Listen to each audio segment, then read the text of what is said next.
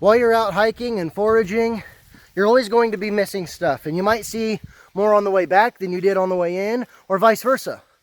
That's something I always notice as I'm out and about hiking and foraging. I'll always see an extra plant or two that I walked right by. And so it really pays to keep your eyes towards the ground level. However, that comes with a couple of caveats, if you will. One of them is it can be easier to get lost. Foragers are frequently people who get lost some of the most out in nature and wilderness areas. So please keep an eye on your environment. Please make sure to take a look around, and also frequently look behind you so that way you will know what you were going through when you turn around, if you're going the exact same way you came in. Because everything will look different. I guarantee you it will look different. And the more you stop and familiarize yourself, I like to do it usually every 20 or 30 yards or so, give or take. I'll stop and take a look behind me. It really helps to familiarize. I notice it helps me familiarize myself with an area rather rapidly. And it helps me from getting lost. Because as some of you may know, if you've been watching my channel for a long time, I do not carry a compass. Now, I'm going to get lambasted for that, I'm sure. I can almost guarantee I will. People usually do. However, I do not recommend people do that.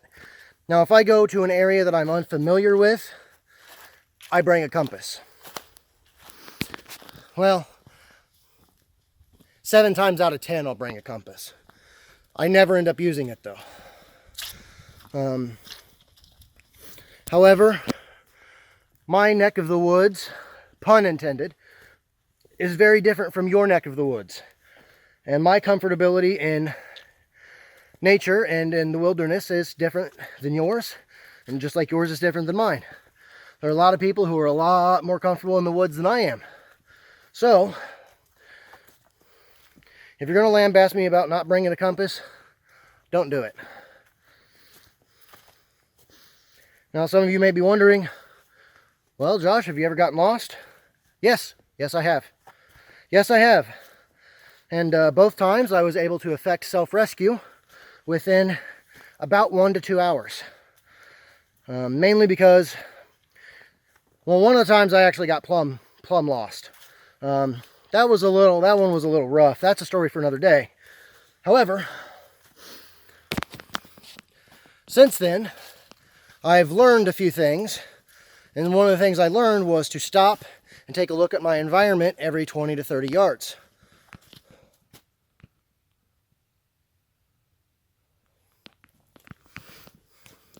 Now, the second time I got lost, I didn't actually get lost. I was in this same area that I am now. This was probably about 12 years ago or so.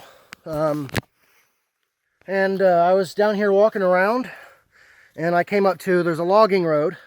This trail connects to a logging road eventually, and I got to the logging road, and I turned the wrong direction. Now, had I kept walking, I would have ran into a road that I would have known where I was. I was supposed to turn left, but I turned right. Left would have taken me back to my car. Right would have taken me further from my car, but I still would have been able to get out no problem. Just would have taken a long time. However, what I ended up doing was I ended up panicking. I panicked, and I started thinking, oh, crap, I'm screwed. I don't know where I'm at now. Because everything started looking the same. And that was because, one, I was panicked. I wasn't keeping myself calm. And two, I wasn't stopping every so often to familiarize myself with the way the environment was changing. Now, that time I was able to effect self-rescue in probably about 40 minutes. All I did was, I called my mom, who worked probably about 4 or 5 miles away from Morgan Monroe at the time, and I had her drive by because I knew I was by the main forest road. I knew I was within probably half a mile of it or so. The problem was I was just so caught up in panic mode that I didn't think rationally. And that's what'll get you lost. So I had her drive on the forest road and honk. I heard the honks and I knew which direction to go, and I was out. So make sure, guys, when you're out and about, stop, turn around, and familiarize yourself with where you're at. You might be able to see that pole there indicating which direction the trail goes. You can see these blazes here on this tree. Very, very common. You can see one. If I zoom in, there you go. You can see one right there as well. Now, this trail isn't where I got lost. It's where I got up to the forest, where I got up to the logging road is where I got confused and lost.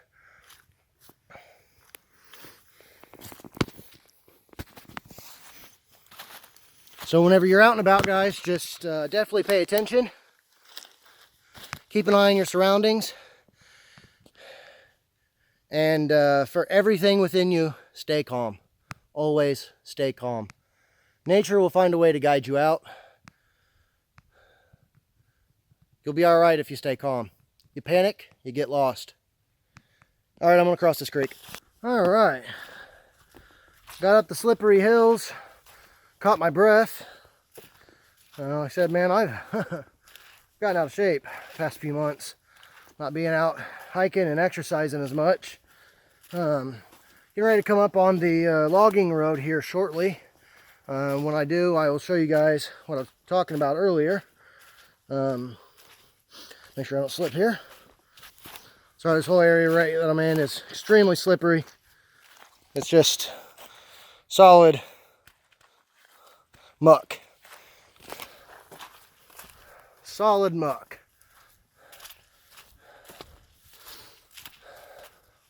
I'd rhyme with that, but I'd get demonetized. But in all seriousness, it's really nice to be back. It's really nice to be back to filming videos. I got some things that I'm looking forward to trying this year. Hopefully, I'm able to.